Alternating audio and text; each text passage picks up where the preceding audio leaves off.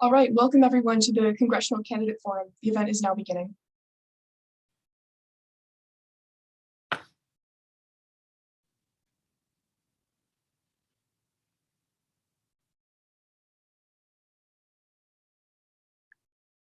Hello everyone, thanks for joining us tonight. I'm Roisin McAlarney, co-leader of the San Mateo chapter of the Citizens Climate Lobby, commonly known as CCL. We're a nonpartisan group that uses grassroots lobbying efforts to create political will and put a price on carbon. I've been working with this group for 5 years. I've led climate demonstrations in this district, and each time they have been strongly attended by high schoolers and college students like myself. I'd like to remind our candidates tonight that to young voters like me, climate change is the issue we vote on. On this unseasonably hot day with poor air quality, let's remember that our wallets, our health, and the very air we breathe is at stake. Climate activism isn't just a hobby. It's my chance at a livable future. I want my representative in Congress to be a leader on this issue, not someone who passively acknowledges it. A warm welcome and thank you to all of our candidates for joining us. We'll be hearing from them shortly. First, I'd like to thank all of our wonderful co-sponsors, which include Thrive Alliance, Actera, and Sustainable San Mateo County. Each of these groups is doing meaningful work to protect the environment, and I highly recommend checking them out. You can find more information about them in the chat. I'd also like to thank the people on the planning committee for this forum. I personally witnessed all the hard work that went into this event, so thank you to all our volunteers, especially our group leader, Bob Steele. This event is being broadcast by Redwood City Pulse, the San Mateo Daily Journal, and KTVU. We thank all journalists present tonight to carry out the essential public service of informing voters. If there are any other journalists here tonight, please introduce yourself in the chat. Now I'll give you all some quick information about Zoom to improve tonight's experience. To display our moderators and candidates' remarks, we have a closed caption feature. In the Zoom toolbar at the bottom of the screen, press the CC Live Transcript button. Click on Show Subtitle to display closed captions. Click on Hide Subtitle to stop showing closed captions. To enter questions for the audience Q&A segment of today's voter forum, please use the webinar Q&A function, not the chat. Questions that have been suggested are displayed for everyone to see. If you see a good question that you'd like to send to the candidates, please click on the thumbs up symbol in the Q&A function. We encourage everyone attending the voter forum to communicate with each other using the chat function. You might start by typing in an introduction of yourself and where you're attending from. If you have practical questions about the operation of the voter forum, one of our team members will be answering questions to the best of their ability. It is now my pleasure to introduce Jan Pepper. Jan is the CEO of Peninsula Clean Energy, a former city council member and mayor of Los Altos, and a former member of the Bay Area Quality Management District Board of Directors. Her experience includes more than 30 years in the energy and utility industry, focusing on renewable energy contracting and financing. She has a bachelor's in civil engineering and an MBA from Stanford University. Jan will introduce the candidates and the forum procedure and serve as our moderator. I'll now turn it over to Jan. Thank you, Roisin, for the kind introduction, and a big welcome to our candidates and welcome to all of you who are attending this candidates forum tonight. Let's meet the candidates running for the 15th Congressional District here in San Mateo County. In alphabetical order, we have Emily Beach, David Canepa, Gus Mattammal, and Kevin Mullin. We will begin with each candidate making an introductory statement followed by a series of questions. Each candidate will have up to 90 seconds for their statements and answers, and a timer is visible. I will start with Emily, and then I will rotate the first person to answer so that each of you get a chance to be first and last. Audience members, you will have an opportunity to suggest questions using the Q&A function on your screen. After we conclude the first round of questions and the first set of lightning round questions, we'll select additional questions from your submissions. So candidates, there is a timer that will be set for 1 minute, 30 seconds, and I will politely stop you if you exceed your time. For your opening statements, candidates, we will go in this order: Emily, David, Gus, and Kevin. So Emily, please go ahead. Thank you, Jan, and thank you for hosting this wonderful forum to all the coalition partners. I'm Emily Beach, and I hope that tonight my values and my passion for healing Mother Earth will shine through in this Zoom meeting. I intend to demonstrate to you that I've got the right experience and the values to effectively represent you in Congress, and that my top priority in this campaign is climate action. I don't just talk about it, I live my life in a way that demonstrates my values. As a former mayor, a current city council member, and a regional transportation leader, I fought for sustainability and equity, often against strong political headwinds. And over the past 7 years, where the rubber meets the road at the local level, I've delivered on transit-oriented housing, aggressive building reach codes, the region's first sea level rise zoning codes, protection of 9 acres of bayfront open space, an accelerated local minimum wage, record-breaking county-wide investments in bike lanes and public transit, and a visionary transportation equity program. On a personal note, I'm a cyclist and an outdoor enthusiast, and so is my whole family, because every action we take matters in the difference to protect our planet. In Congress, I'll work tirelessly to fund sustainable infrastructure investments, create sustainable market incentives like a carbon fee and dividend, and protect wildlife and biodiversity that is disappearing at an alarming rate. We must heal our planet and fight for the marginalized, both economically and through climate justice. And in Congress, I'll draw upon my broad life experience as a former Army officer, a business executive, and a nonprofit leader to build coalitions and be the climate champion you hoped would emerge in this race. Thanks, and I really look forward to a great discussion tonight. Thank you, Emily. David. Great, thank you so much. And let me just say, I'm delighted to be here. Make no mistake about it, Washington and Sacramento is broken. And this country needs leadership. This country needs boldness. It needs audaciousness. And that's why I'm running for Congress. I'm running for Congress to really bring systemic change. I'm the only candidate not taking any corporate PAC money, meaning I'm not taking any oil money. I'm not taking any biotech money, not taking any PAC money whatsoever. I'm running on a platform of 3 simple things. One, Medicare for all. I've experienced a hospital in crisis on the verge of closing. We need to fix our healthcare system. It's not working. The second thing I'm running on is on the Green New Deal and the just transition that goes with it. And third, and my work has been really reflective of all of these on the Board of Supervisors. The third thing I'm running is really trying to help a middle class that is just diminished. And I've seen it being a 4th generation San Mateo County resident. But really, what can we do for community college for all? In 1985, community college was free here in San Mateo County. We should be able to provide, no matter what the size of your checkbook is, access to healthcare as well as access to community college for all. I look forward Thank you, David. to the discussion. Thank you. Thank you, David. We'll move on to Gus. Thanks so much, Jan, and thank you to Citizens Climate Lobby for inviting me here to speak about an issue that I care deeply about and that I know you care deeply about, our environment. As a boy, I spent my weekends and summers on my grandma's farm in southern Illinois, catching frogs and turtles on a big freshwater lake that fed into the Mississippi. In retrospect, I was lucky that that lake wasn't polluted the way that the Mississippi was and still is, frankly. So I understand the need to protect our environment. And the truth is, whether we're Republicans or Democrats or independents, that's a goal we all share. We all want to protect the environment. What I want to talk about today is the best way to achieve that goal.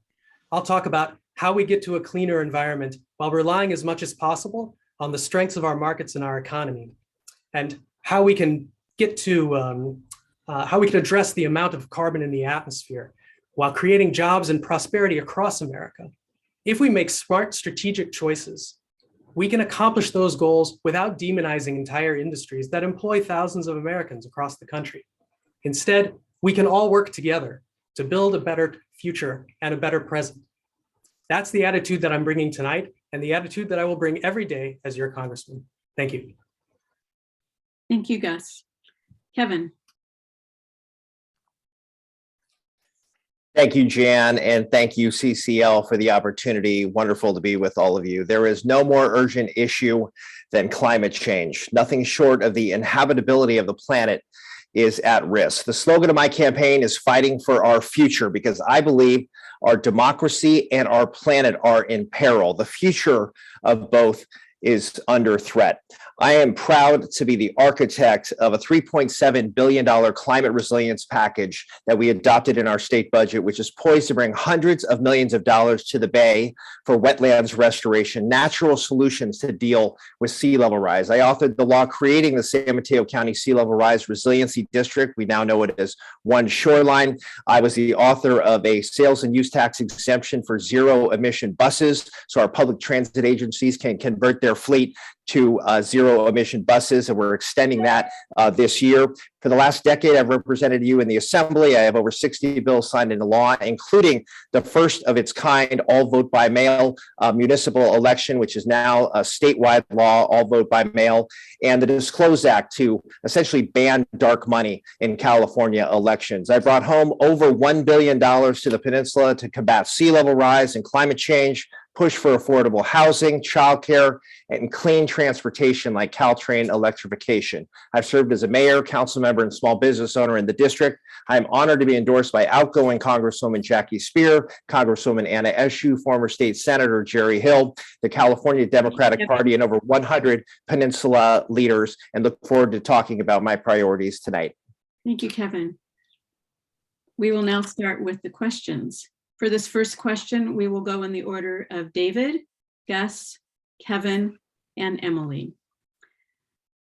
In order to uphold the U.S. commitment to the Paris Climate Accords, the President has proposed the goals of reducing national greenhouse gas emissions by 50% by 2030 and the U.S. becoming carbon neutral by 2050. Are you in agreement with these goals? And if so, what policies would you support in order to achieve them? Great, thank you so much. Yes, I'm in support of it. I serve on the Metropolitan Transportation Commission as well as the Bay Area Air Quality Management District. And so in my position on the Metropolitan Transportation Commission, one of my core focuses has been, how do we get high-speed rail from Trans Bay Terminal down to Union in LA, and really focused, and obviously through the Build Back dollars, those tranches of money that can be appropriated. We're able to appropriate those dollars to Caltrain and the electrification. I think the other thing that we have to look at, and one thing I was proud to author was the, what do we do around ovens and going to electric ovens from gas gas ovens. And I think it's those sort of policies, the Bay Area Air Quality Management District, how do we ensure our air quality? How do we ensure transportation is best utilized to really reduce our carbon footprint? And we talk about oil refineries. We need to wean off of oil 100%. We need to get off oil right away. And that's why when it came to the investment policy for the Treasurer's Office, I didn't vote for it. And within 4 to 5 hours, we divested as a county from fossil fuel. And so it's these bold changes that are going to help us, not status quo changes. Thank you, David. Changes. Thank you. Gus. Thank you. I've been running since day one on a policy of addressing climate change through technology. That's what America does best. We innovate. So I want to invest more money in things like carbon capture, because we also have to recognize that we are just one country on this planet. We can't solve the emissions problem just ourselves. The developing world is going to continue to develop. They're going to continue to pump carbon into the air. And it's the height of hypocrisy for us to tell them, given that we built a very nice society here by burning a lot of fossil fuels, it's hypocritical for us to tell developing countries that they can't do it. Sorry, guys, time's up. I can't do that anymore. Instead, let's innovate. Let's create commercially viable carbon capture, because then we can pull the carbon out of the air, create a new industry. We can start to plant that industry in the areas of the country that otherwise get left behind as we shift away from fossil fuels. And it's an industry that we can sell to the rest of the world. It becomes a jobs and money strategy that also addresses climate. And because it is an opportunity for us to build a stronger economy and create jobs, it's therefore a policy that I can build support for within my party. And in fact, I've done that. I'm the endorsed candidate by both San Mateo County GOP and the state GOP, running since day one on a platform that says we have to have a viable climate strategy. So that's what I bring to the table, the ability to change hearts and minds within my own party about getting serious on climate change. Thank you. Kevin. Thank you, Jan. So we must transition our economy to 100% clean energy. The question is how we get there. Goals are great, but it takes concrete steps, concrete action. I too support a Green New Deal with investments in workforce transition, so workers in industries that are transitioning out get the skills they need to work in a clean energy economy. I support a climate conservation corps to train young people in this sector so we can create jobs. The federal government really has the power to create markets. And this is what we're talking about when we're talking about transitioning to 100% clean economy. I support a carbon tax. Unfortunately, it hasn't been politically viable. We need a U.S. Senate, a Democratic U.S. Senate that can move bold policies forward. I will be a voice for that in the U.S. House of Representatives. And I have a lot of ideas on the transportation sector, which is the chief contributor to our greenhouse gas emissions. California has led on this issue. We need the U.S. government to follow California's lead when it comes to our transportation sector, our clean cars initiative, zero emission buses, and the whole range of policies that California is leading on. We need the U.S. government and a Democratic administration and a healthy majority in the U.S. Senate to actually move these policies forward. Thank you. Emily. Thanks. No, appreciate the question. I started in my opening remarks talking about we need more infrastructure investments for climate action, and we need economic incentives to encourage sustainable behavior. I really like the president's, of course, I support the president's vision. I like what was in Build Back Better. I think there were some really tangible things like clean energy tax incentives to make sure it's cheaper, what that means for people to get solar panels, to have electric cars and e-bikes, to upgrade and energy efficient homes. I love the idea of EV rebates. There's a part of Build Back Better that talked about clean energy accelerator and green infrastructure banks. So we use private money in the economy to create green opportunities, and we can even target some of those investments into communities, disadvantaged communities. So those are some great ideas. But I do think, I agree, public transportation is 50% of our emissions. We need electrification infrastructure. We need to invest in water conservation. Affordable transit-oriented housing is a big part of it too. We need nature-based green infrastructure to mitigate sea level rise and flooding. We need to mitigate wildfire risks and invest in that infrastructure and undergrounding. All of these investments make good, clean jobs as well and create social equity. Some of the economic incentives, we need, as I said, more rebates to make our buildings, homes, and agriculture more energy and water efficient. We need a carbon fee dividend, right? So the money comes back to the people, but we actually create market incentives to divest. We have to stop creating subsidies for fossil fuels so they actually reflect the true cost on society. So those are some very tangible examples. Thank you. Thank you, Emily. We'll move to our second question, and the order for this question will be Kevin, Emily, David, and Gus. The impacts of climate change are accelerating, with fire, drought, and sea level rise among the significant impacts affecting our district. What steps should Congress take to prepare for the enormous adaptations needed to protect the lives and property of residents in the district and elsewhere who are threatened? Thank you for that, Jan. So adaptation is an important piece of this. Naturally, we want to reduce greenhouse gas emissions, do all of the things on the front end, but we need to look at adaptation and resilience to properly deal with this. The Bay Area is leading a leading region on this, leading the country in terms of adaptation, regional planning, one shoreline, the only resiliency district west of the Mississippi, and I haven't been able to find the one east of the Mississippi. So we are leading here in San Mateo County and the Bay Area. We passed a $15 billion package to deal with resilience and the incredible wildfire risks that we have. We're in what we think is a mega drought. This is going to be potentially a terrible fire season. I've actually worked to find funding streams to help deal not only with fire prevention, but actually dealing with these horrible wildfires that have ravaged the state of California. But the federal government needs to step up on this. Many of these are U.S. Forest Service lands. The federal government has been AWOL and paying firefighters the necessary funds to help. This requires a Marshall Plan level effort, not only on the front end with greenhouse gas reductions, but on the back end, on resilience and adaptation. And I am proud to say the Bay Area and San Mateo County in particular are leading on these issues. The U.S. government needs to follow our lead. Thank you, David. Oh, no, Emily, I'm sorry. Thank you. Appreciate the question. These issues of fire, drought, and sea level rise are front and center in the 15th Congressional District.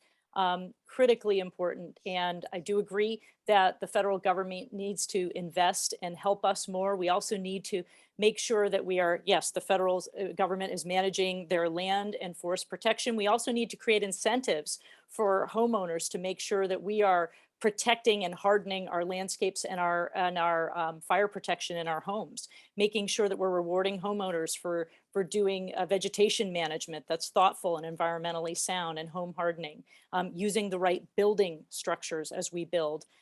We've got to definitely invest in green infrastructure, nature-based solutions to adapt to sea level rise. We can't do that alone. I've seen that front and center at the local level. We need federal grants and help, and I'm proud to have been a part of creating the new district that will help create a unification of voice at the federal level. And we need definitely folks that understand what's happening at the local level to go to bat. Our city, in the city of Burlingame, 40% of our revenue is basically tied to our bayfront. But we also need to, I think the federal government needs to address the insurance risks, and that's a really complicated question. We have a new world order where even people can't get the insurance they need. So there has to be creative solutions where people can get involved in insurance pools, and the federal government can help facilitate so that homeowners are protected as they move forward in the new normal. Thank you, Emily. David. Yeah, this is the issue of our time, right? And so we talk about fire, we talk about drought, we talk about sea level rise as we speak. And I'm so proud, and the Assembly member mentioned it, San Mateo County is leading. And let me show you how we're leading. The County of San Mateo has invested dollars and potentially looking, and I'm excited about this, on a ballot measure. This ballot measure, again, it's putting our money where our mouth is. And sometimes when it comes to the federal government, there are a lot of great ideas. What the federal government can learn from San Mateo County and other local jurisdictions is to provide the funding, the necessary funding that goes with that. And so really addressing the issues of sea level rise and a carve out from this bond measure to make sure that we fund it appropriately so we have the correct infrastructure. And then when we talk about the CZU fire, which just had a tremendous impact on people, whether it was displacement, losing their homes, how do we address this issue of wildfire? Looking at investments. Supervisor Horsley and I sit on a committee that really looking at this issue on eucalyptus trees and their horrible impact and how they have to be removed. And so really making the investments and the county doing that sets the tone. Thank you. And Gus. Thank you. First of all, as a congressman, I would want to work to create more coordination between federal, state, and local, because these are issues that can only be solved through effective coordination, coordinated policy at all three levels. Here in San Mateo County, obviously we have the Bayside where we need to protect our beaches. We need to protect our airports, which are perilously close to the sea level. On the coast side, the economy depends so much on tourism and our beaches there. And so far, all I've seen is, I need to study what we could do to protect them. We've really got to get a little bit more urgent about how we're going to protect our coast side. And all the land in between is obviously the fire risk is real. I had to pack a go bag when that CZU fire was raging. So I absolutely want to get more involved in how do we sort of mitigate fire risk in the lands in between the bay and the coast. I just want to make sure that we're doing it in a coordinated fashion, and I want to make sure that as much as possible, we are leveraging market forces and incentives to change the people's behaviors rather than doing it through a lot of mandates and regulation. I think we can get there using incentives and market forces as much as possible. Thank you. Thank you, Gus. Okay, we will move on to question 3, and we will use this order: Gus, David, Emily, Kevin. When considering policies for achieving the transition to lower carbon emissions, we hear a lot about a just transition as well as equity and inclusion. Our district includes both high-income households already electrifying their homes and vehicles, and low-income families struggling with basic home repairs and weatherization. What steps would you take to ensure that the needs of low-income households are properly addressed? Gus. Thank you, Jan. I grew up in inner city St. Louis. My father worked 2 full-time jobs, and my mother worked a full-time job while raising 4 kids on her own. They started at the bottom of the ladder, and I understand what it's like to, as a kid, listen outside the kitchen door as your parents have hard conversations about money. I'm deeply interested in issues of equity. I just want to solve equity issues through equity-related policies, like I'm running on a conservative universal healthcare plan. I'm interested in education reform because there's a really nationally embarrassing gap between the educational experience that low-income students have versus higher-income students. I'm interested in entrepreneurship and how we invest more in underserved communities. I want to address the equity issue with those kinds of policies. What I want to do on the climate side is solve the climate issue using climate funds. So I'm all for pricing carbon. That's textbook economics. It's an externality. We internalize the externality, but I want to use the revenue from that to invest in technology. Again, I want to get there through innovation. That's how we're going to solve the climate problem. We use the climate policy to solve the climate problem, and then we deal with the equity issue, which is a deeply important issue and meaningful to me, but I want to solve it on healthcare and education and entrepreneurship. That's how we're going to make real difference in people's lived experiences for low-income and minority families. Thank you. Thank you, Gus. David. Yeah, I've seen in this county, the middle class just disappear. And so you have a county of the haves and the have-nots. The first thing we need to do is really talk about job training, really have this conversation around how do we use our community college as an ecosystem to provide upward mobility, whether it's in solar, renewable energy. So that's the first thing. One of the things that is just totally inequitable is, and we're trying to deal with this at the Air District, is how people are able to purchase electric vehicles.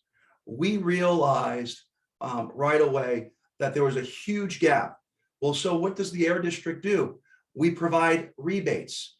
We help CCAs such as Peninsula Clean Energy in being able to work with local auto dealerships so that they could receive the funding so that they can afford it. Now we talk about equity, we're talking about housing. In housing, we should make it accessible, especially in affordable housing. The ability for people to have chargers. Chargers could be rather expensive, infrastructure. So what are we doing to make sure that we talk about giving people a hand up, but then helping our environment? And so clearly those inequities need to be fixed. And I've been trying to solve this inequities with allies and groups for years, but it's a critical question. Thank you. Emily. Thank you.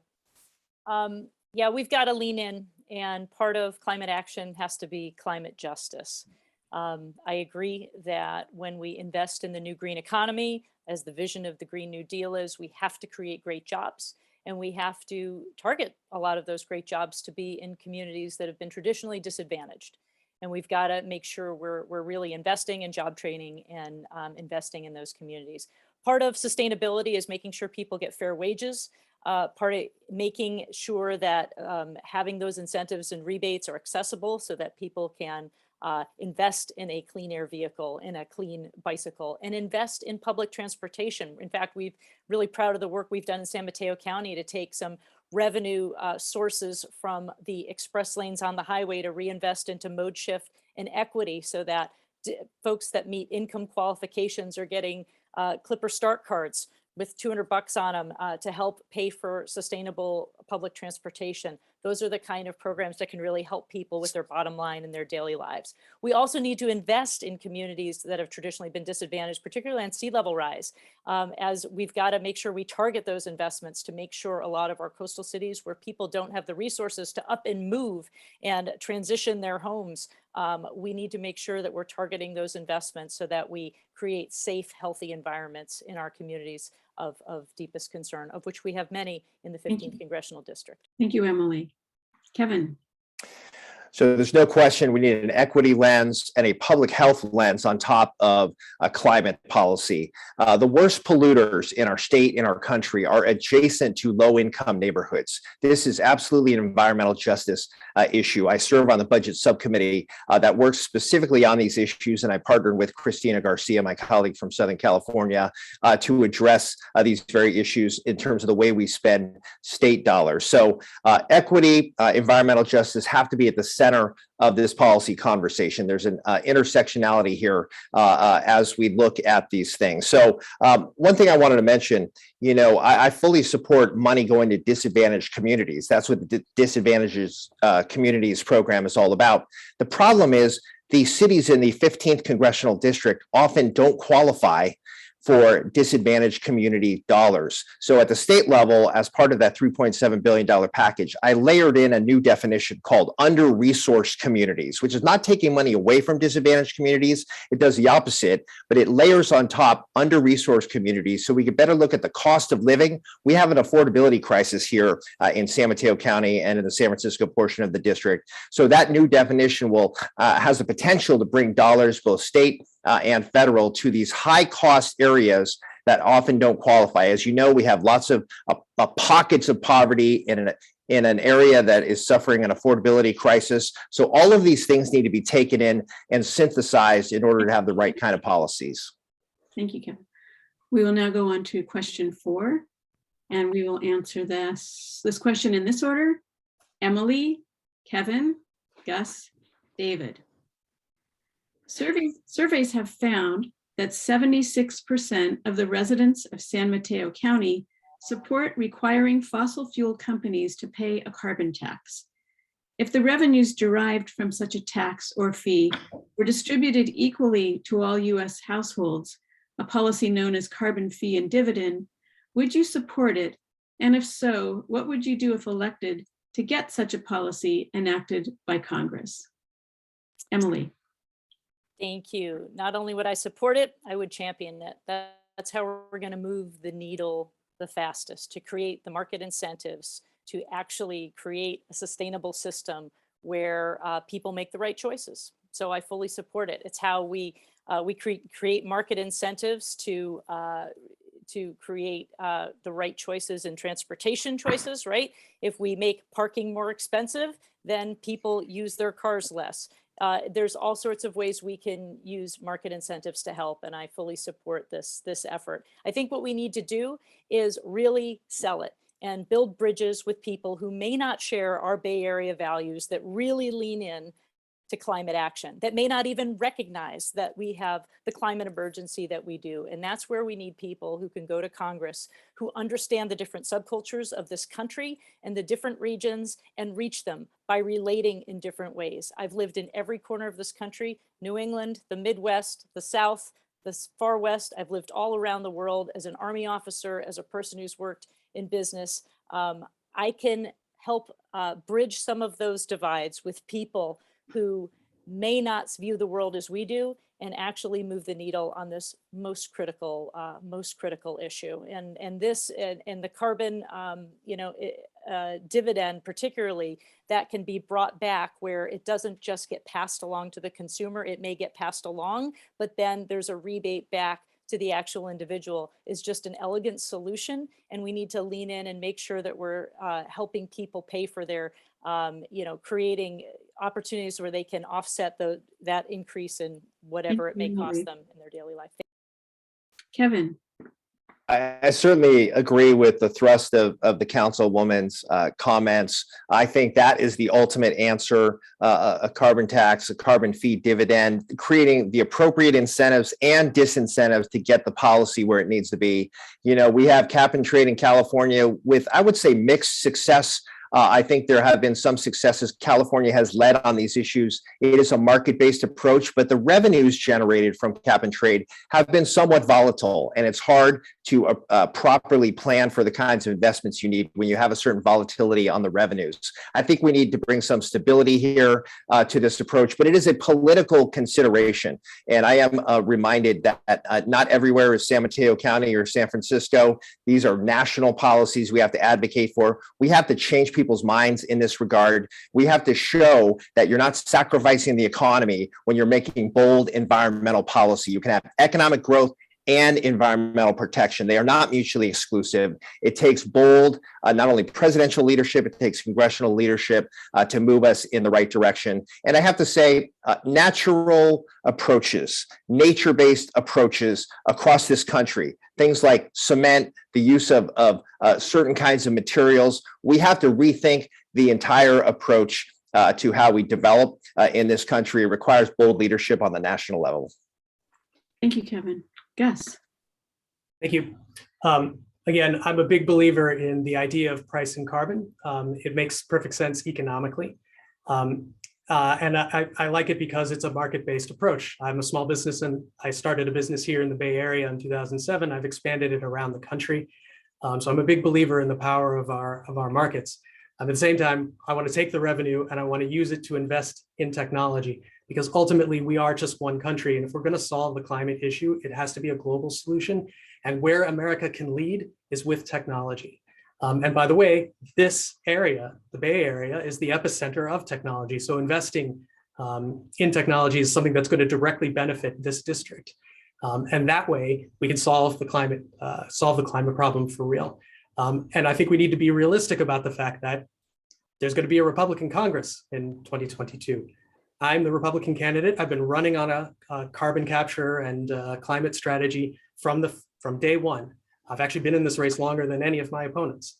And I have persuaded the local and the state Republican Party to back me on that strategy. So I have a track record of convincing my fellow Republicans that this is an issue we need to take seriously and that there is a way to do it that's consistent with our principles as conservatives. That is both valuable and I think a realistic, practical thing that we will need in the coming years if you want to actually get results on this issue. Thank you. Thank you, Gus. David. Great. I support HR 763, which is the Energy Innovation and Carbon Dividend Act of 2019. This is really, really important. I will tell you this, these companies, as we know, fuel prices are what, $6, $7. But the bottom line is these companies, Exxon, Shell, they have recorded record profits on the back of so many for so long. And so we need to tax these companies. We need to make sure that they pay their fair share in whatever way we have to do that. It's absolutely imperative. And so I'm 100% supportive of making sure that not only do we tax these companies, but we figure out a way to get off of fossil fuel. And whether that's continuing to tax them at a very high rate, making sure when we go to electric cars and we go to sort of a green economy when it comes to vehicles, we need to move there, and we need to move there fast. We need to do it through technology, and we need to make sure to make this happen, this transition to happen, that the government as well as these companies need to pay. And whether that's providing subsidies from the federal government in partnership with these dividends, we need to make sure, not 10 years from now, but today we need to get off of fossil fuels. Thank you, David. Okay, we will go on to our fifth question. And this question we will answer in the order David, Gus, Kevin, Emily. How would you address the political divide that exists in Congress on the issue of climate change legislation so that we can move forward effectively to curb emissions? What is your experience in bridging divisions in order to get things done? Jan, that's a great question.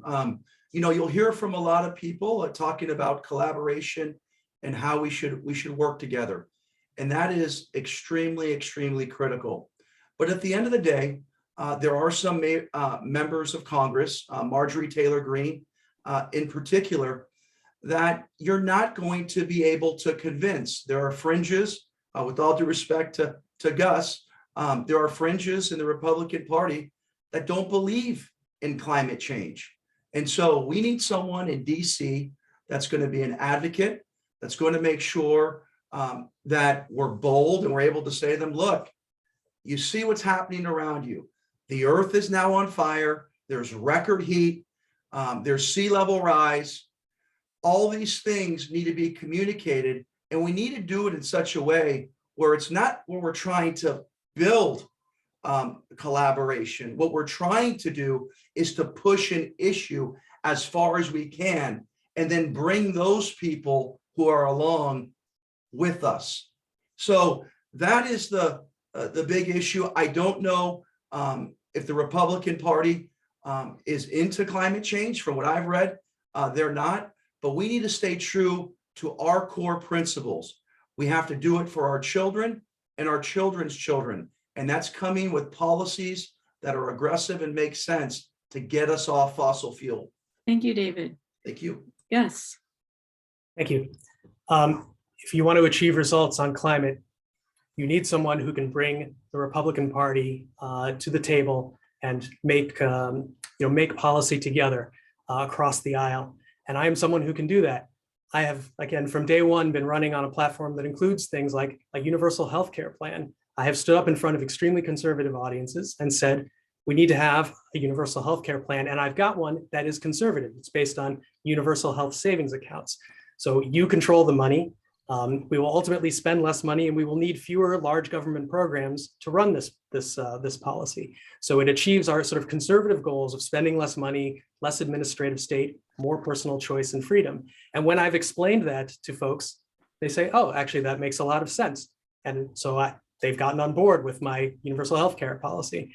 And then I said, we need to have an actual strategy to address climate change. And I want to talk about how technology can do that, and how if we leverage America's strengths as innovators, if we leverage our strengths as a capitalist economy that can create industries and then sell products to the rest of the world, then what it becomes is a jobs and prosperity strategy, which as conservatives, we love jobs and prosperity. But the thing is, so do liberals. That creates the opportunity for us to work together across the aisle.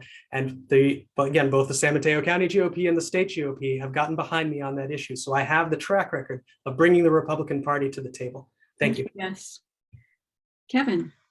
Let me just say, I hope Gus is successful, because we need a traditional Republican Party that believes in protecting the environment. There was a time in this country when environmental protection was not a partisan issue, dating back to the Nixon administration. We have to return to a policy construct where both Democrats and Republicans can contribute, but we are not there right now, and we have a long way to go. So let me just say, Democrats have to win elections and build strong majorities. I think we need to excise Trumpism from the political discourse. It's a cancer. We need a traditional Republican Party that believes in protecting the environment. I want to point to my track record as the Speaker Pro Tem of the Assembly. I have to work with my Republican colleagues in moving the business of the House. 60 bills signed into law, many with bipartisan support. I have a track record building bridges, not only from some of the different opinions within my Democratic caucus, but also across the aisle. I have a track record doing that. But look, politics is broken. And when I'm out there walking precincts, people are frustrated at Washington. We need folks who are collaborative, constructive, bridge builders, serious people, trusted leaders who know how to legislate across the aisle.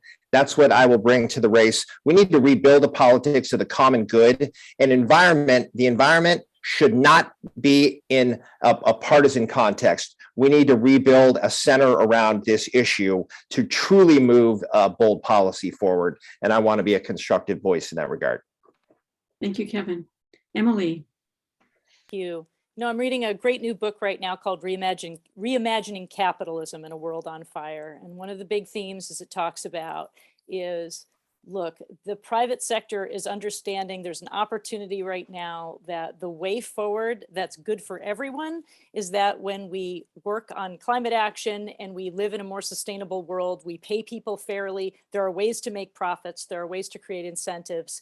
There's examples all around the world of investing in the green economy and doing things more sustainably, and it works. And people are thriving. And so I think it's those kind of facts that need to get out there, and it needs to be the right messengers that can relate to people, not just be another person from, a liberal person from the Democratic Bay Area delegation, but someone who has been a veteran and walked in other people's shoes and lived in different corners of the world and lived in Texas and trained in Georgia and North Carolina and can build those cultural bridges to explain and bridge those divides. I've got practice making tough policy, building coalitions against all odds, like passing an accelerated minimum wage in my community was not a shoo-in. We had to build a coalition of unlikely allies to come together and advocate for it and show the facts and build the case. That's how it's done. Building more housing in a community that doesn't like change. We've got nearly 2,000 units in the pipeline. Creating the Burlingame Collaborative of cross-sector collaboration between private, public, education leaders, activists, seniors to come together and address our COVID response where the community gaps weren't being filled. I've done that at the local level. I can build those kind of coalitions in Congress. Thank you, Emily. Now for our next question, we will go in the order of Kevin, Emily, David, and Gus. We have all seen the power of youth voices in elevating awareness about climate change. What would you do to improve environmental education, engage with youth in advancing progress towards climate solutions, and provide them with hope?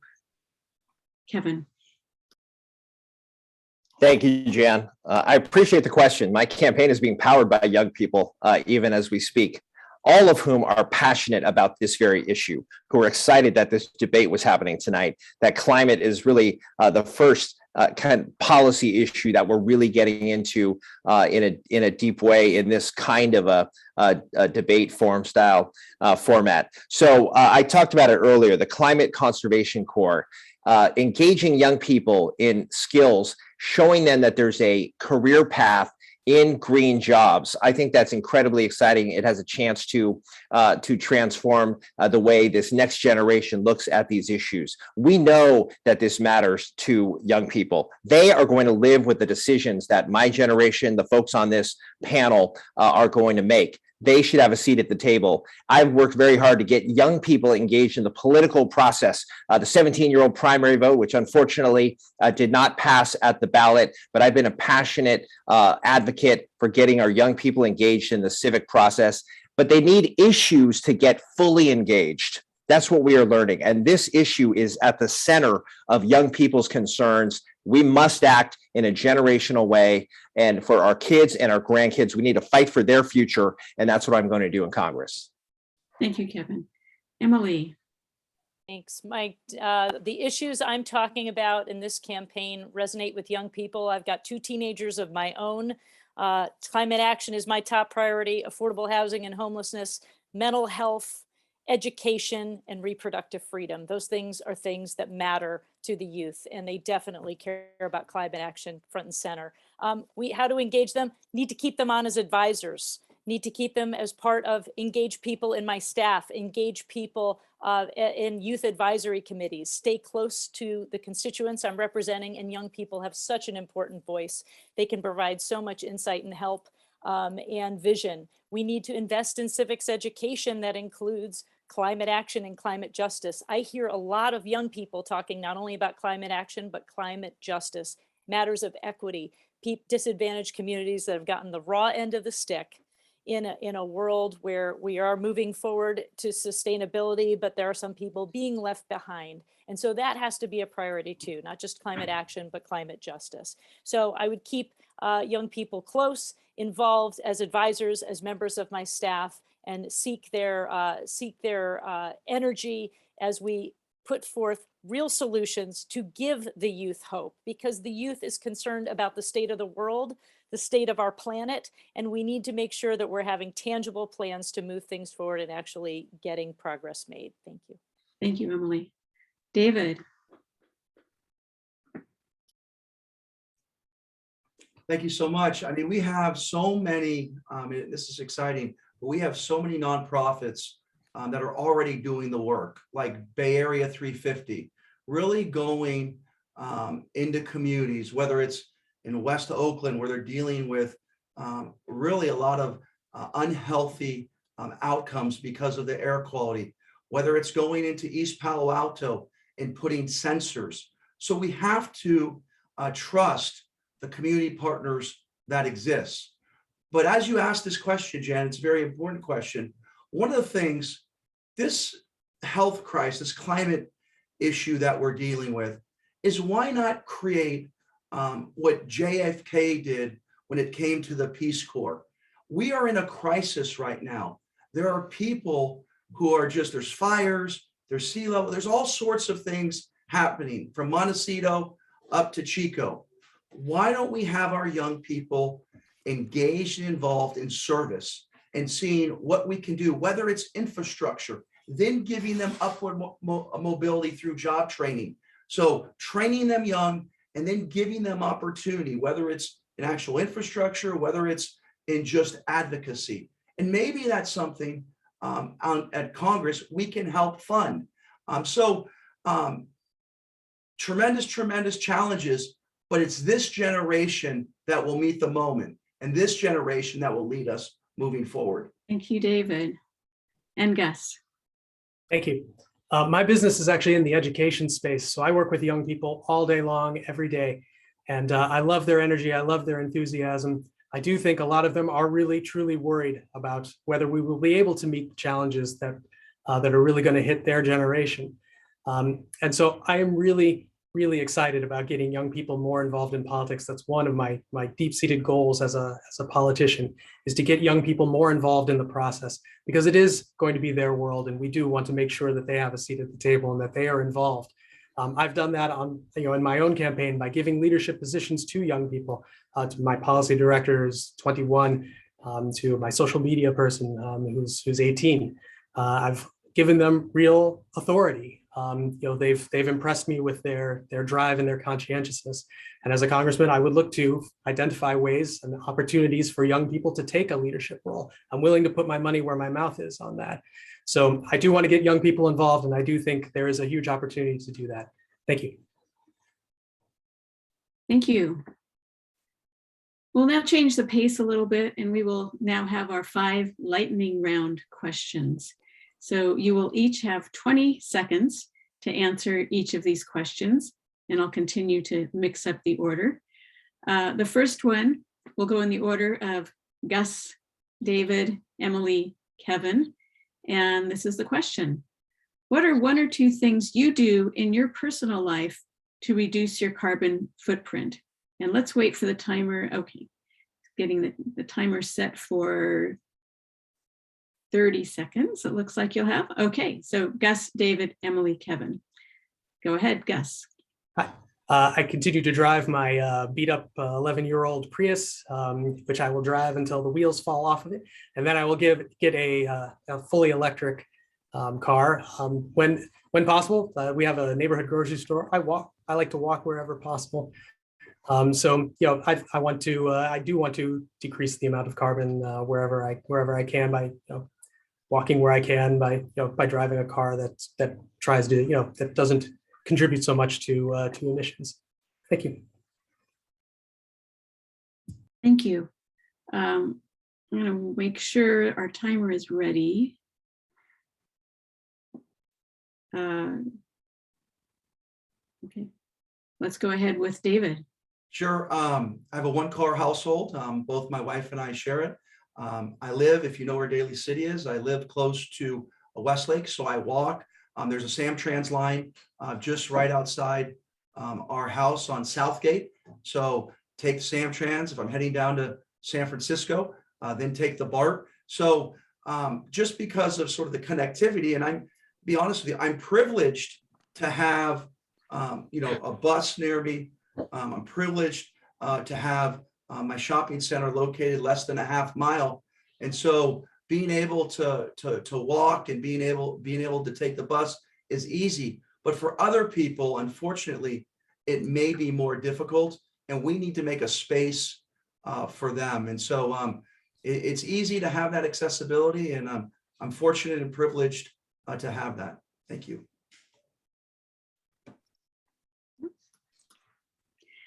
Thank you, David. Emily. Thanks. I'm best known for being an avid cyclist and a public transportation nut. It's not just me, but it's my whole family. My husband bike commutes into San Francisco and then mostly takes either BART or Caltrain home. We walk and bike wherever we go, including my kids, how they commute. We have solar panels on our house. I pick up trash with a grabber around town and led Earth Day trash efforts, divested our own portfolio to an ESG portfolio and then advocated for it at the bodies I sit on, including the San Mateo County Transportation Authority as chair, a $200 million portfolio. We're exploring ESG. So thank you. Thank you, Emily. And Kevin. I'll give you 10 extra seconds. Go ahead. All right. Thank you. So I think the question is geared around personal habits. I have an all-electric Chevy Bolt that I travel to Sacramento with. I'm a super commuter. I go back to the state capitol, or go to the state capitol and return to the district 3 times a week. I'm able to charge that vehicle, fortunately, in the basement at the state capitol. So I'm proud to be an all-electric car owner. We need to do more. California's got a clean cars initiative we're very proud of. Also on the personal front, my wife works in alternative modes of transportation, active transportation. And if we don't take the bus and take Caltrain, I hear about it. So we are personally engaged in supporting active transportation. Thank you, Kevin. Okay, we're going to start at 20 seconds now. We've got the timer set. So candidates, please watch the timer because it goes fast. This next one we'll do Emily, Kevin, Gus, and David. When you hit a wall and can't get something important accomplished, what do you do? Never, never, never, never give up. Figure out a way to be creative, build a coalition to figure out what's another alternative, and then work to figure out if we can't get the whole thing exactly the way I want it, what's the way we could get most and move the needle and get at least something done, and then keep working to keep pushing and get what we need to accomplish. Thank you. Keep to my 20 seconds. Thank you, Kevin. You don't get 60 bills signed into law without perseverance. And there are bills that I haven't been able to get done. I've had to bring back time and time again. That's the way this place works in Sacramento. I expect it's just as difficult in Washington. You have to have creative thinking and build bridges and build new allies on policies to actually build the political will and the wherewithal to get policies done. I have experience doing that, and we'll do that in Washington. Yes. I think it's about challenging your assumptions.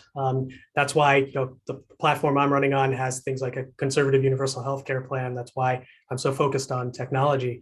I'm all about how do you kind of revisit your assumptions and think creatively to try a different direction than you ever thought was possible. That's what I'm doing as the Republican candidate in this race. Thank you, David. Jan, go through the wall. Go through the wall. And I learned that right away when it came to the pandemic. We were challenged as a county, very, very difficult. Everyone knows it was difficult. We were resilient day in, day out, solving problems, solving issues. One of the highest vaccinated counties in the state of California, the United States. Thank you, Proud of David. Okay, the next one, 20 seconds each of you. We'll go in this order. David, Gus, Kevin, Emily. What is your favorite San Mateo County outdoor adventure? David. It's got to be San Bruno Mountain, Jan. San Bruno Mountain is the best. Ironically enough, my grandmother was 94. She grew up on Pine Haven and Linden. Family came from Mexico. She actually picked flowers on that mountain. Now I'm able to hike the mountain, take my son, take my wife. But San Bruno Mountain means a lot to me. Thank you, David. Gus. Thank you. I have a very energetic border collie named Dixie, and she and I like to go for runs up in the hills, the coastal hills there. We have just great views of the ocean and the harbor down there. And she's got a lot of energy, so we can run 4 or 5 miles, and it wears me out and does almost nothing to her. But that's my favorite place to take her. Thank you, Gus. Kevin. So Wonderlick Park, I love our county park system here in San Mateo County, but Wonderlick is special to me. It's where I go to restore the restorative powers of those trails and to get a little bit of a mental health break and refresh. But it's a daily reminder, actually not daily, I wish it were daily. I'd say every couple week reminder about how beautiful this county is and our park system that we have here. Thank you, Kevin. And Emily? I love Bicycle Sundays, that's for sure, but I also love Huddart Park. My daughter went to Girl Scout camp there. I was a volunteer, and in my more ambitious days, I love bicycling up Kings Mountain Road right near Huddart Park when I'm feeling really strong. Great. Okay, thank you. Next one, we'll go in the order of Kevin, Emily, David, and Gus. Who inspires you? Kevin. Who inspires me? Well, this may be a little bit of a softball, but my mentor, Jackie Spear, whose place I hope to take. And let me say, there's no replacing Jackie Spear, but she's been my mentor. I've known her since my 20s. And just the way she approaches policy with integrity and doggedness when she's presented with obstacles. Emily. I'm sorry, am I next? Yes. Thanks. So many people, but I always think of my grandmother. She came from England as an immigrant, as a kid with nothing. She never passed the 7th grade. She instilled education values. She fostered kids. That's probably one of the reasons I've been a foster parent as well. And she taught her kids the value of education and that they could improve their lives and make the world a better place. Thank you, Emily. David. Yeah, my wife inspires me. My wife lived through the Civil War in El Salvador. She came to the United States. Currently, she serves, and for the last 12 years, as the Consul General of El Salvador. I'm inspired by the work that she's done for the Latino community. And so lots to look up to, and her story is an amazing story. Thank you, David. And Gus. Thank you. I love to read history, and I love to read about John Adams is my favorite president, but he and his wife Abigail had a relationship of equals in a time when that was very much not the norm. And I like to think that I married I'm no John Adams, but I like to think that I married somebody like Abigail Adams, and she challenges my thinking, and she's so passionate, and I love her to death. Thank you. And our last lightning round question, and we'll go in the order of Gus, David, Emily, Kevin. Do you have a role model in Congress who you would seek to emulate if you are elected? Yes. Thank you. I like to think of Tip O'Neill, who was absolutely a wonderful person, able to sort of bring both parties to the table to create policy. He's obviously not there anymore, but when I think about who was actually able to get meaningful policy done by bringing parties to the table, that was the guy, and I hope to be somebody like him. Thank you, Gus. David. It has to be AOC. I think she's inspired a generation. She's not afraid. She's not fearful. She's pushing on the big issues. She inspires us every day, especially as a Latino woman. It's her drive and dedication and where she came from that inspires me. Thank you. Emily. Thanks. Well, our current Congresswoman Jackie Spear is amazing. Her courage and resilience is fantastic. Another mentor, inspiration is Anna Eshoo. I would aspire to be like her, that she puts forth always bipartisan legislation to bridge across the aisle with a real level head to try to actually get something done for the American people. And yet she absolutely is rock solid in her Bay Area values. Thank you. Thank you. And Kevin. Are there demerits for the same answer twice? Jackie Spear, Anna Eshoo to the south, and Nancy Pelosi to the north. As somebody in the legislative leadership in Sacramento, I can't imagine the pressures on Nancy Pelosi keeping that caucus together and moving policy forward. She is an icon, as are Jackie and Anna, and there are some incredible models right there. Great. Thank you. Okay, we'll be going back to audience questions now, starting with audience questions. I'm going to give our timer time to reset the timer to 1:30. You'll each have 1:30 for these answers to these questions. And we'll have time for about 4 of these questions.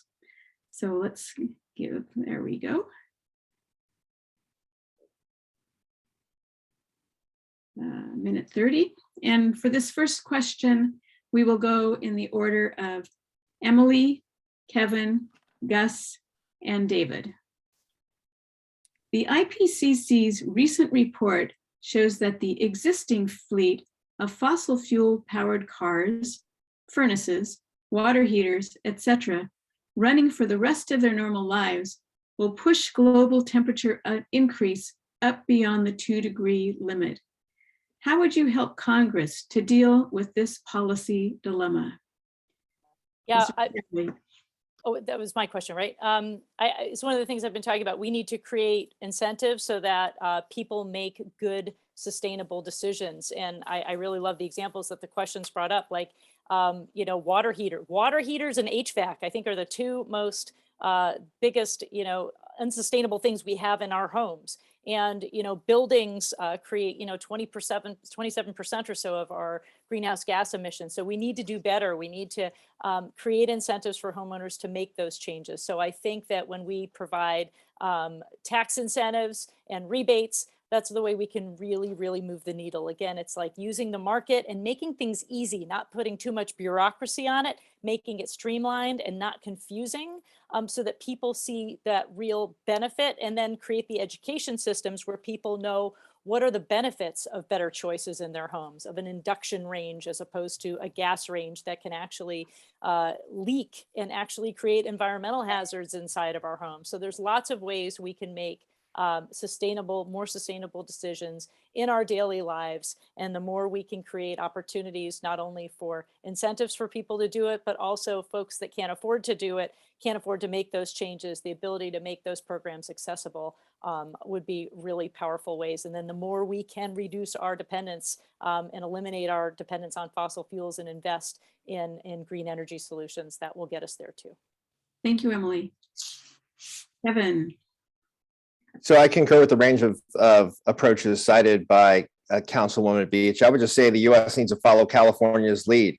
Greenhouse gas emissions were to 40% below 1990 levels by 2030. I'm most excited about the Clean Cars Initiative, the end of the sale of gas-powered cars by 2035. The size of California, the fifth largest economy in the world, has the power to move markets and move national action on this issue. But the U.S. needs to support California and follow California's lead on all these approaches. So in lieu of the federal government doing that, at a minimum, give California the waivers they need to continue to pursue these very, very bold policies, given the importance of the transportation sector. But electrification of Caltrain as a model, making sure the federal government steps up and helps us complete that project. Yes, getting federal money for high-speed rail, which has the ability to transform the linkages across the state, but done in an environmentally sensitive way. There's so much that could be done in this regard if the U.S. follows where California has been on these issues.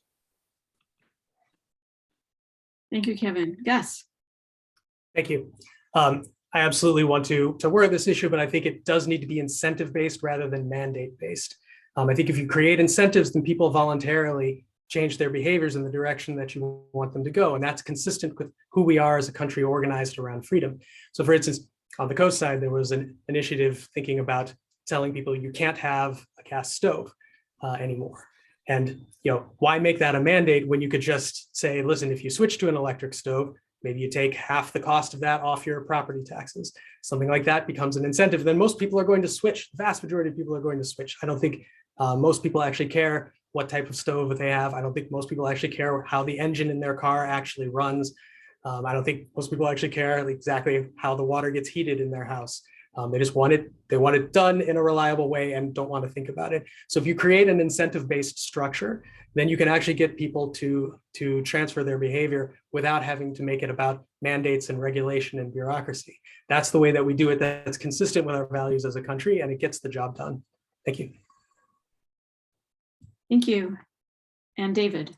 Yeah, I think it's, and Gus, forgive me, I think it's mandate and incentives. I think on a city planning level, or in terms of the equipment turnout, we have to mandate people to make that change. I think that's absolutely critical. It's not going to just happen through incentives. Let me give you an example. I'm on the Bay Area Air Quality Management District, and we do an incredible job with incentives for fireplace change out.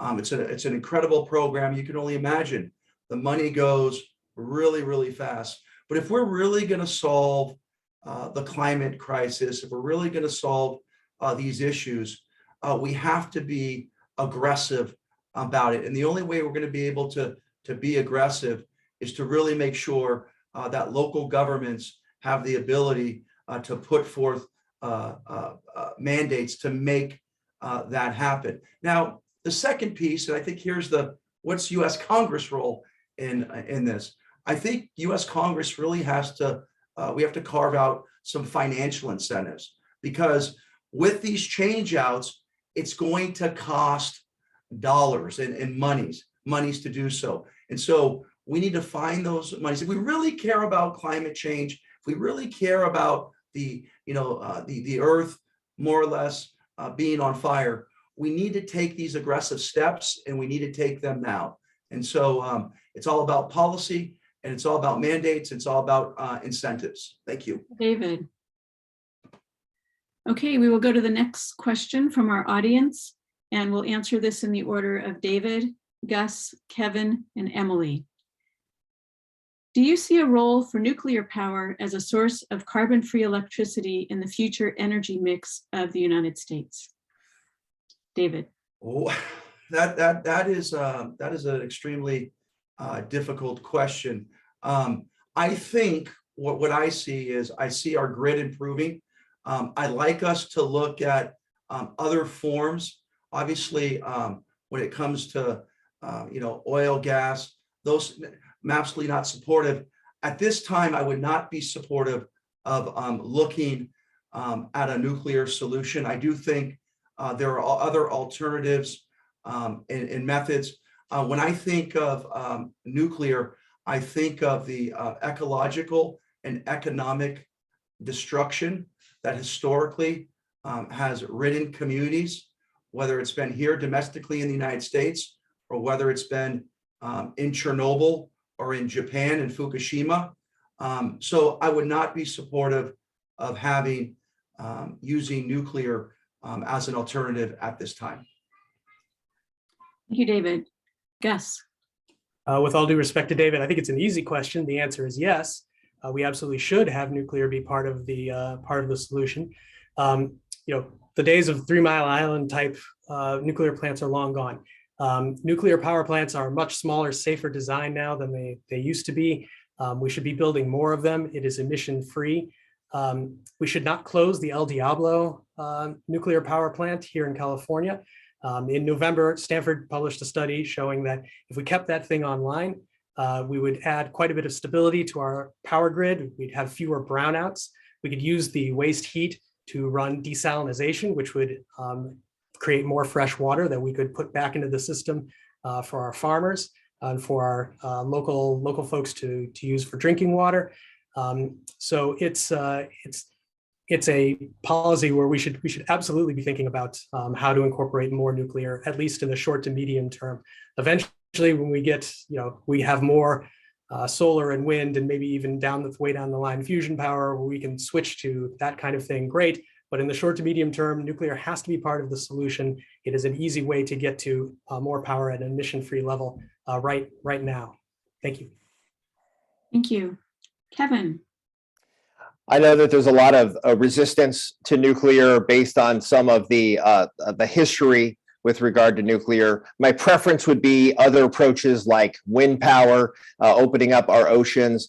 There's incredible potential just on harnessing the power of wind and sort of integrating that in an ocean protection way. We're moving forward on a variety of other technologies, but I do have to say, what we're talking about here is Marshall Plan level activity that is needed to transition to 100% clean energy. If nuclear technology moves to a place where we are totally certain that it is safe and secure, I would be open to it. I just don't think the politics exists right now for that solution to move forward in the short term. But look, we have to be open to all of this because at this pace, we are not going to meet the goals that are being set, right? So goals are one thing, concrete actions are another. We have to look at any and all solutions that get us to a place where oil and fossil fuel are not at the center of our energy equation. It has a prospect of transforming foreign policy and economic policy. We have to do whatever it takes to get there. And I'm open to ideas if the technology can get to a place where it is totally safe and secure. Thank you, Kevin. And Emily. Yes, I would, my policy leans towards the assembly member's perspective on it. I do think that I always have a preference for solar and wind and making sure we're investing in technologies like battery solutions that can come a long way to actually help with our electrification and go for those sustainable forms first. But, you know, I do think nuclear probably has to be part of the conversation. If we can manage the waste, if we can manage the liability, and if it's cost effective.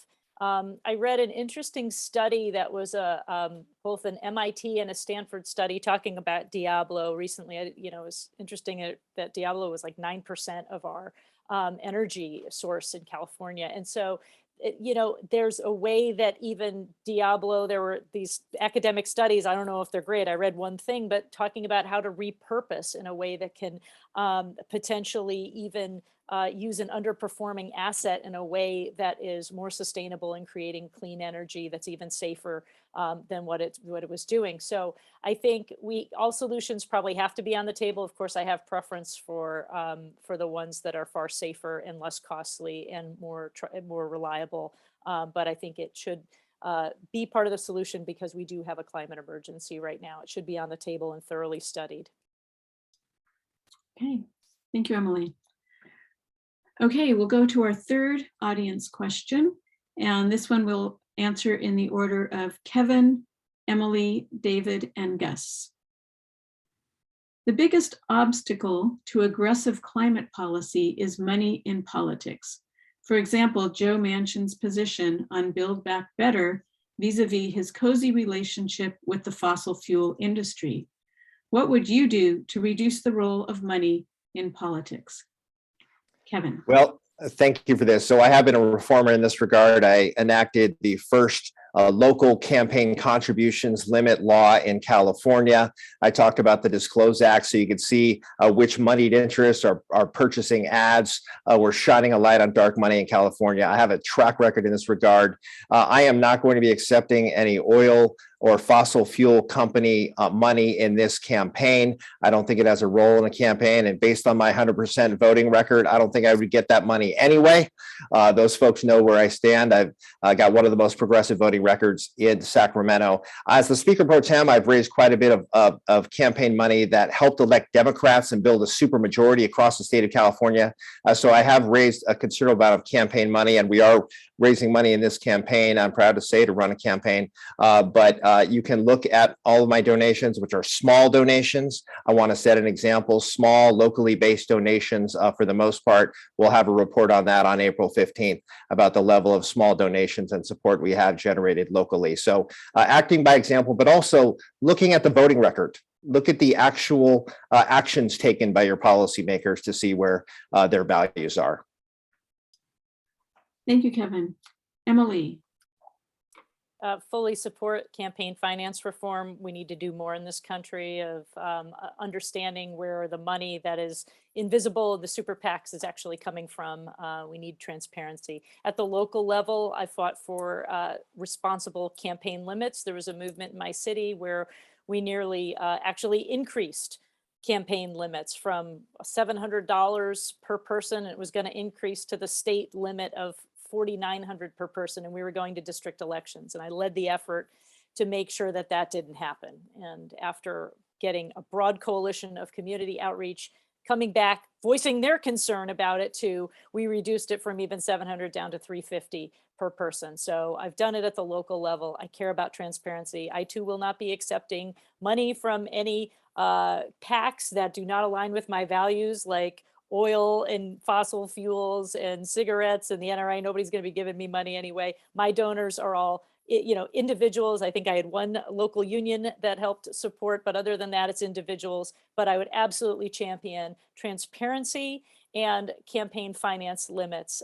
at the federal level, because it's just money is too influential in politics, and deep entrenched interests in the political establishment really influence the way candidates can campaign successfully to win a seat. And it shouldn't be that way. It should be about the best candidate. Thank you.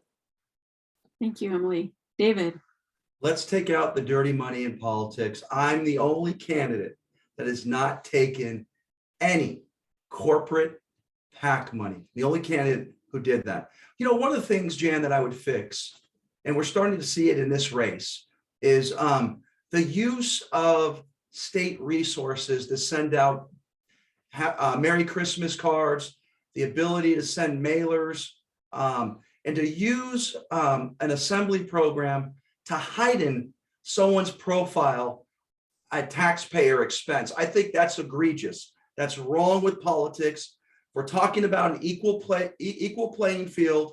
Let's have an equal playing field. Let's not. I used to work in the assembly, and Mr. Mullin, I know how it works.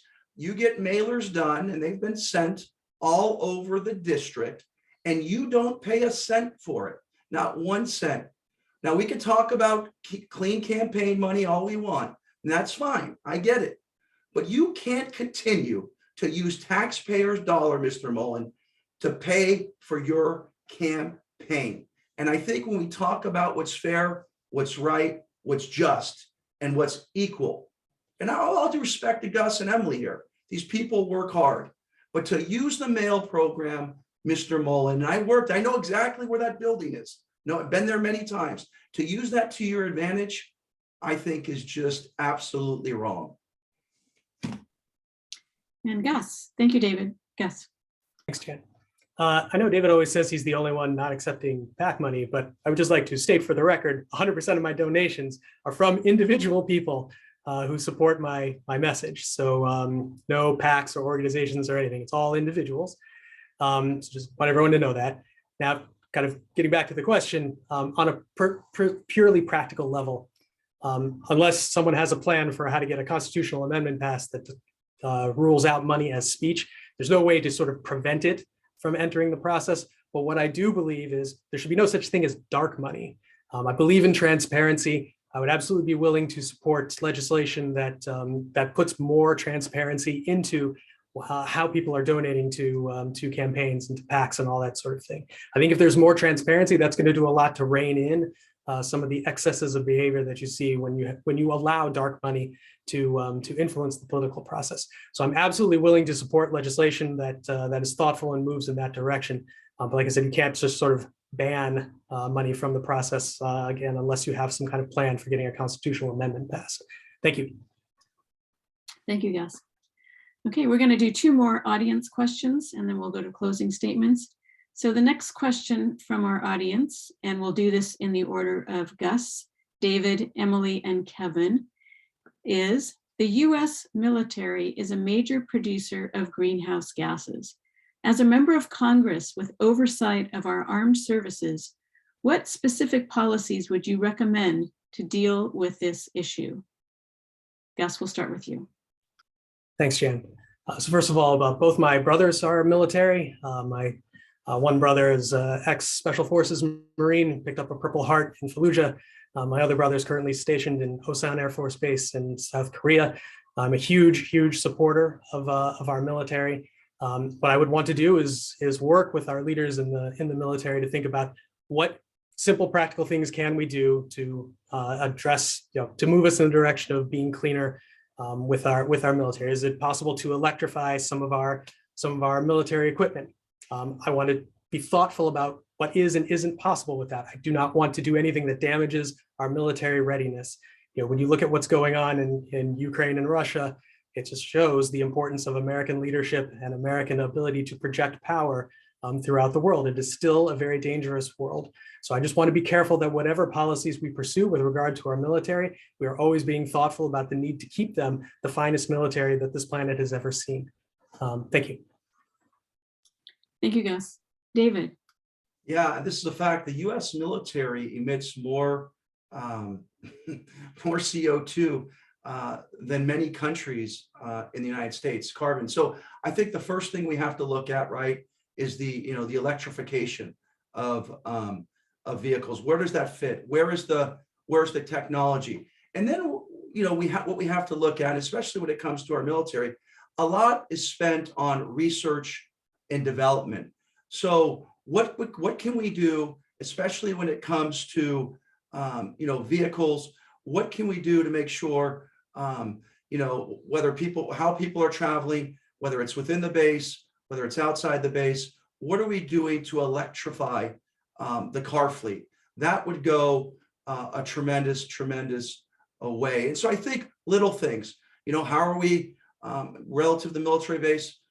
How are we recycling? I mean, when you look at these military bases, they're rather large. So I think really looking at what's going on within the base and seeing what we can do to lessen our carbon footprint with things that are, that cities and counties are doing. Maybe it's creating an action plan on each military base to deal with climate and getting people from the higher ranks to the lower ranks involved in creating policies that make sense and lessening our carbon footprint. Thank you, David. Emily. Thanks for the question. And Gus, appreciate your family's service. As many of you may or may not know, I'm an Army veteran myself, as is my husband. I have friends and family that are still serving, and I was stationed on Osan Air Base, living in Suwon and working on Osan. So I appreciate your brother's service over there. I have breathed the fumes of diesel at generators. It is absolutely certain. It does not surprise me. The military is a huge generator of greenhouse gas problems. They need to do better. We need to do better. That would be a fight I would take at the front lines, having lived and breathed those trucks, cared for them, and breathed the fumes and seeing what an environmental problem it is. The military has an opportunity. When the military invests in research and development, as Supervisor Canepa said, we can lead. In fact, the history of the Silicon Valley is such that a lot of the initial innovation in Silicon Valley was military investment, smart technology, and then the private sector kind of takes it and builds. So there's an opportunity to become more green when one of the largest employers in the country that produces good jobs and sustainable jobs is investing smartly in good green technology. So we have to have higher standards. We have to transition from diesel to electric. And the innovation that the military and the power of the federal government can do to not only help the military become more green, can also help the country become more green. And then, yes, on our military bases, we need to make sure that our buildings are more sustainable and that we're conserving water and having green energy uses on where people and soldiers and service members are living. Thank you, Emily. Kevin. Well, let me just say, since Emily spoke before me right now, thank you, Councilwoman, for your service. I agree that the military has a huge role to play here and absolutely could do more. However, the military is actually leading some of this science and research. In fact, there's partnership happening with our life sciences companies, the same companies that Supervisor Canepa excoriates, that are huge job generators right here in the 15th Congressional District. They're partnering with the military to use algae, for example, for fuels. These are experimental kinds of things, but it's incredible R&D partnership between the life sciences and the military. We can supercharge that with the appropriate level of federal investment. That kind of exciting partnership can happen right here in the 15th Congressional District with the right kind of federal support. We need to be supporting it instead of attacking it. And I will be that kind of a voice in Congress. Thank you, Kevin. Okay, we'll go to our last audience question. And thank you to the audience for your insightful and thoughtful questions. And we're sorry we can't answer all of them here. But our last one, and we'll do this in the order of Emily, Kevin, Gus, and David. And the question is, we have $6 gasoline due to international market pressures and the US sanctions on Russian oil, but people still need to drive to work, go shopping, etc. Some people propose to temporarily increase domestic oil production to lower the price of gas, and the Biden administration has plans for a historic release of oil from the Strategic Petroleum Reserve. If elected, How would you balance between the short-term need for affordable transportation and the long-term need to move away from fossil fuels? Emily. Thank you for such a thoughtful question. We are too dependent on fossil fuels, and we're seeing right now the high stakes when there's actually a war in the world that's impacting us.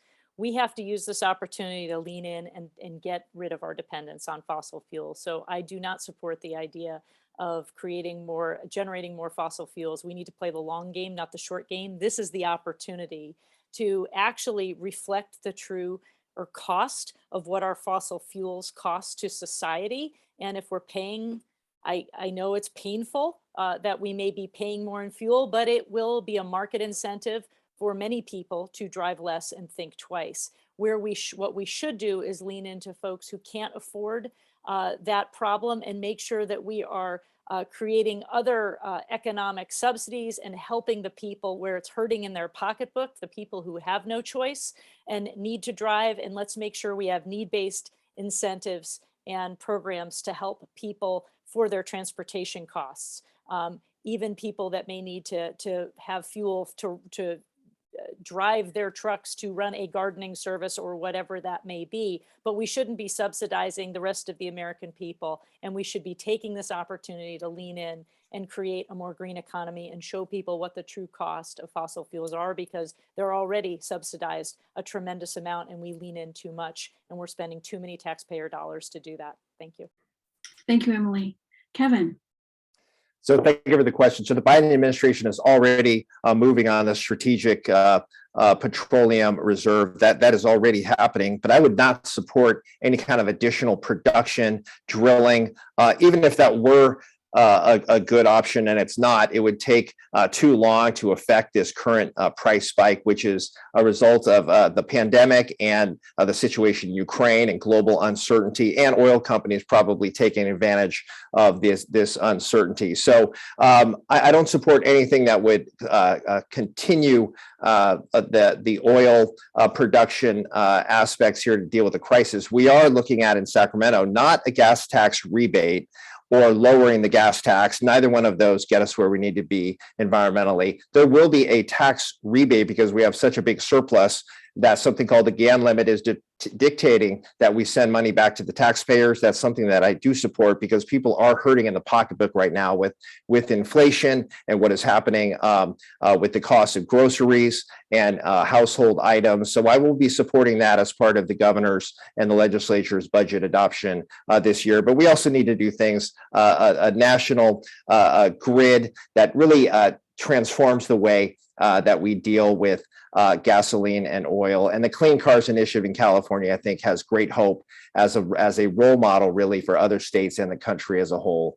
So this fight will continue long after the most recent gas spike abates. Thank you, Kevin. Gus. Thanks, Jen. I think we have to play both a long game and a short game. I agree on the long game that we should be increasing our green power generation capacity. I support that 100%.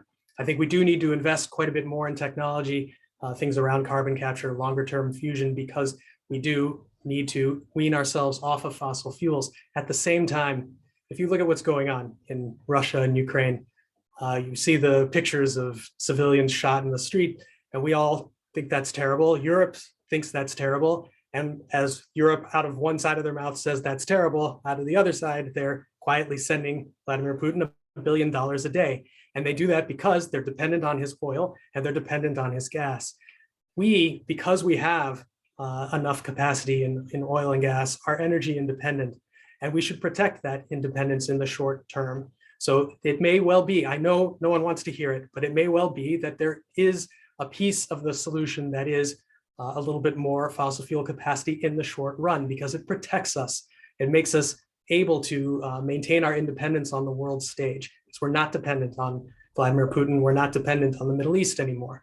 That's important. And I think we do need to be realistic and practical about the challenges we see in the world beyond just climate change, the geopolitical challenges we have to face as a country, and understand that our energy independence is one of the things that allows us to control world, not control, but like influence world affairs more than we otherwise would. Thank you. Thank you, Gus. David.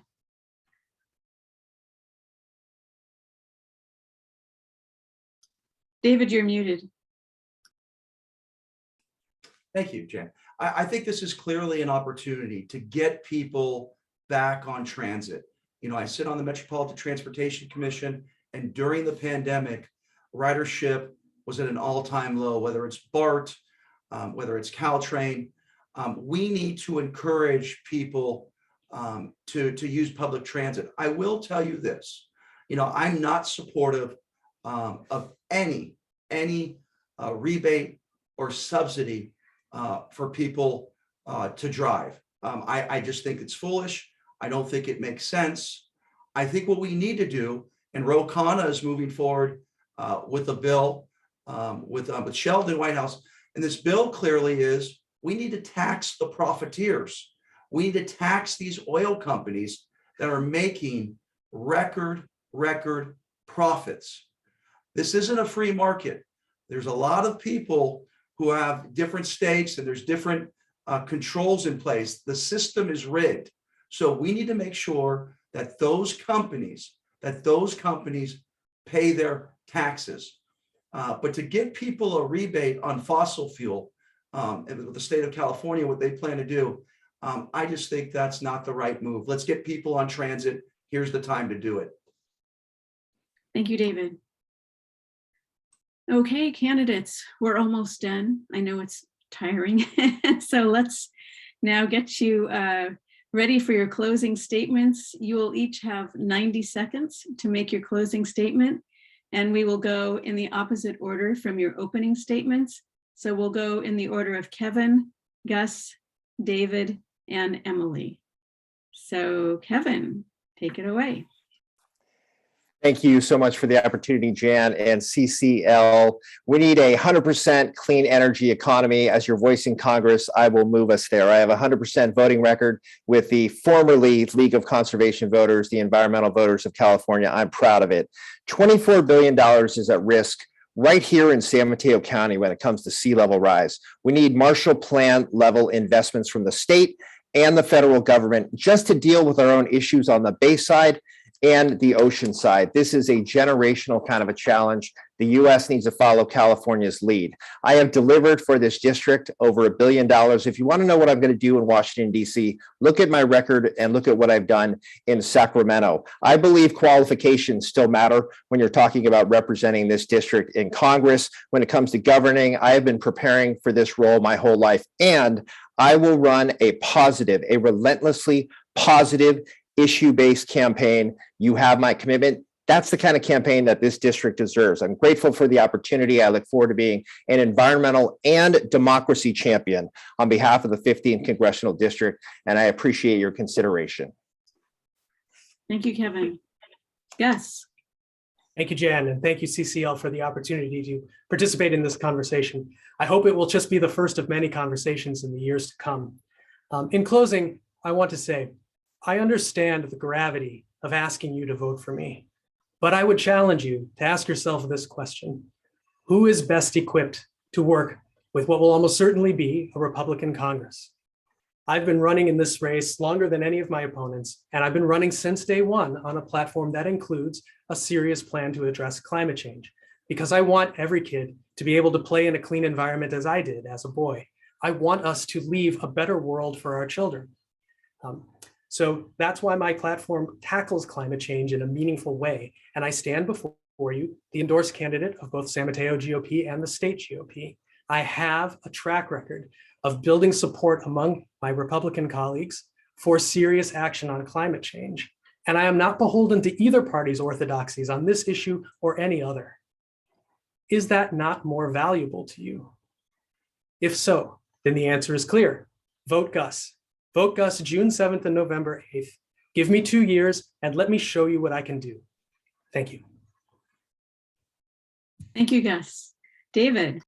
First, let me just say thank you so much for holding this forum. And I want to tell you something. My campaign is people powered. I'll compare my volunteers against anyone else's volunteers. We have a lot of people engaged. Now, Jan, I didn't get 5 free mailers that one of the other candidates did, but I will tell you this. We're focused on core issues, and I've been working on issues. when we talked about suing Exxon and all these other large companies, the County of San Mateo did just that, making sure that we hold these oil companies accountable for the environmental damage that they are doing, and especially around sea level rise. Again, the only candidate, not bought. Mr. Mullin talks about my angst to the biotech industry. Now, I don't have an angst towards the biotech industry, but I will not take their money, and I will not take any PAC money, any corporate PAC money. And the reason I won't is because I don't want to be bought off by these interests, whether it's oil, whether it's whatever it is. I just don't want to be bought off. But the reason I'm running is I have a clear vision to be bold, to push the envelope, and to make sure that we go into Washington, D.C., we have someone who's pushing ideas, challenging the establishment, and not being the establishment. Thank you. Thank you, David. And Emily. Thank you. Really appreciate everybody's time tonight. I hope it came clear that climate action is just a top priority and a passion of mine. Look, we're at an important crossroads in our country. This moment in history calls for leaders who provide hope and inspiration, who have the guts to be bold and to challenge the status quo and fight for a more sustainable society. We have tremendous challenges ahead of us. We need to heal our planet. We have to fight for income and wealth equality, and we've got to restore trust in our institutions. But these challenges are not insurmountable. We can do it together. Part of achieving a just society means having diverse perspectives and representation. In Congress today, we have only 27% women, and only 17% of our Congress has any military service and experience. Look, we need more women, not fewer, fighting in Congress right now for things like pay equity, passing the ERA, affordable childcare, reproductive freedom when Congresswoman Spear retires. Not only am I the only veteran and the only woman in this race, I'm the only candidate who, like many of you, has actually worked as a business executive in Silicon Valley, run a nonprofit organization, and parented teenagers through these very tough pandemic times. That's why, in addition to climate action, my priorities include affordable housing, homelessness, mental health, and education. When you cast your vote, I hope you'll support the candidate who you know is willing to stick their neck out for climate action, not just when it's easy or politically expedient. We need a representative with the passion, the fire in her belly to be a consequential leader on climate action in Congress. And I hope to earn your vote. Thank you so much. Thank you, Emily. We did it. Thank you to the audience for attending tonight, your interest in learning about our candidates, and your insightful questions. Thank you to our candidates for participating tonight, and good luck to all of you. It has been my pleasure to be your moderator this evening, and I will turn this back to Roisin and the Citizens Climate Lobby. Thank you all for attending, and thanks to Jan and our candidates for participating, and all our co-sponsors, Acterra, Thrive Alliance, and Sustainable San Mateo County. Thanks also to the journalists from KTVU, Redwood City Pulse, and the San Mateo Daily Journal who covered this event. We invite you to get more active in helping create a livable planet. Please check out our websites and join. You can check your emails in a few days for a recording of this event. Lastly, and most importantly, please remember to vote in the primary on June 7th. Thank you.